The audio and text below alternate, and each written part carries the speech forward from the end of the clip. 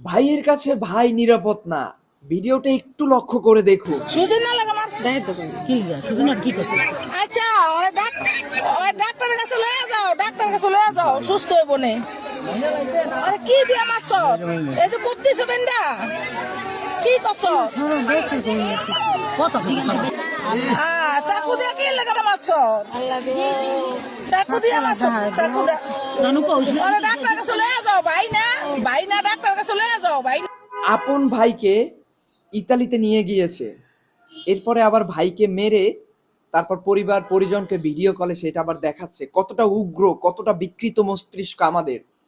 আমরা আস্তে আস্তে জাহেলিয়ার যুগকেও হার মানাচ্ছি। আমরা হচ্ছে জাহেলিয়ার উপরে যদি কিউব লাগানো হয় সেইটা আমরা।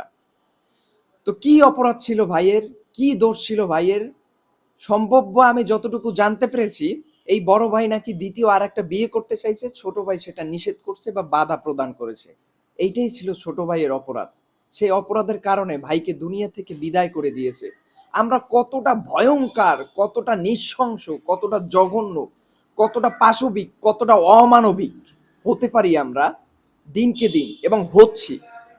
সেই জাহেলিয়ার অন্ধকার যুগকেও আমরা হার মানাচ্ছি আমাদের কর্মকাণ্ডের মাধ্যমে। ধিক্কার। আজকে মনে করেন ভাইয়ের কাছে ভাই হেফাজত না, ভাইয়ের কাছে ভাই সেফ না। এর থেকে আর দুঃখজনক, হতাশাজনক এই পৃথিবীর বুকে আর অন্য কিছু হতে পারে না। তুই বিয়ে করবি কর, তুই একটা বিয়ে না কর, পাঁচটা কর। তোর ভাইয়ের সাথে তর্কাতর্কি হয়েছে, কিন্তু তুই যে ঘটনাটা ঘটাইলি, এটা কি হাবিল কাবিলের সেই ঘটনাকে আবার পুনরাবৃত্ত করলি না এই সময় এসে? হ্যাঁ, নারীর জন্য বা বিয়ে করার জন্য, তোর বউ থাকা অবস্থা আবার বিয়ে করার জন্য ভাইকে শেষ করে দিলি।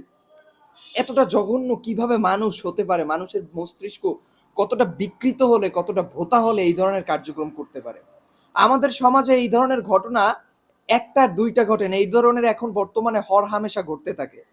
জায়গা জমি নিয়া, তারপরে এই নারী সংক্রান্ত বিষয় নিয়া হর হামেশা অ্যাভেলেবেল এই ধরনের ঘটনা ঘটতে থাকে, এই নোংরামিগুলো ঘটতে থাকে। আমরা মনে করেন স্বার্থপর হয়ে যাই, স্বার্থপরের দুনিয়ায় স্বার্থপর হয়ে যায় যে কোনো কারণে। সম্পদ, নারী, যে কোনো কারণে আমরা স্বার্থপর হয়ে যাই, এবং আমরা একের পর এক বিবেকহীন পশুর মতো আমরা অপরাধ করতে থাকি। দুঃখিত, পশু অপরাধ করে না। পশু কখনো সিংহ কখনো সিংহের উপর আক্রমণ করে না, বাঘ কখনো বাঘের উপর আক্রমণ করে না, কিন্তু মানুষ এমন একটা প্রাণী, আশরাফুল মাকলুকাত। এই মানুষ মনে করেন মানুষের দ্বারা ক্ষতিগ্রস্ত হয় না, শুধু প্রাণ নাশও হয়, এবং নিজের আপন ভাইও ছাড় পায় না, নিজের বাবা ছাড় পায় না, সন্তানের কাছে বাবা ছাড় পায় না, বাবার কাছে সন্তান ছাড় পায় না, ভাইয়ের কাছে বোন ছাড় পায় না, স্বামীর কাছে বউ ছাড় পায় না, ঠিক আছে, বউয়ের কাছে স্বামী ছাড় পায় না। মানে একের পর এক এই মানুষ জাতি অপরাধ করেই থাকে, এবং জঘন্য নৃশংস অপরাধ করে থাকে। কেন ভাই?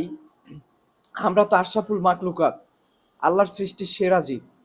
তারপরও আমরা কোনো একটা কারণে, আমরা কোনো বিবেকের কোন তাড়নার কারণে আমরা এই ধরনের কার্যক্রম করি? আমাদের মস্তিষ্ক এত বিকৃত হয়ে যায়, বোতা হয়ে যায়। আমরা কি পরকালে কি বিশ্বাস করি না, নাকি পরকালকে আমরা ভয় পাই না? আল্লাহর শাস্তিকে আমরা ভুলে যাই। এই ঘটনা হাবিল কাবিলের ঘটনাকে আবারও পুনর্জীবিত করেছে। আবারও পুনরায় হাবিল কাবিলের মতো একটি ঘটনা ঘটেছে। রক্তের হিসাব আল্লাহ নিবে। তুমি ভাইয়ের রক্ত ঝরিয়েছো, তুমি এই দুনিয়াতেও শান্তি পাবে না, পরকালেও শান্তি পাবে না। মনে রেখো।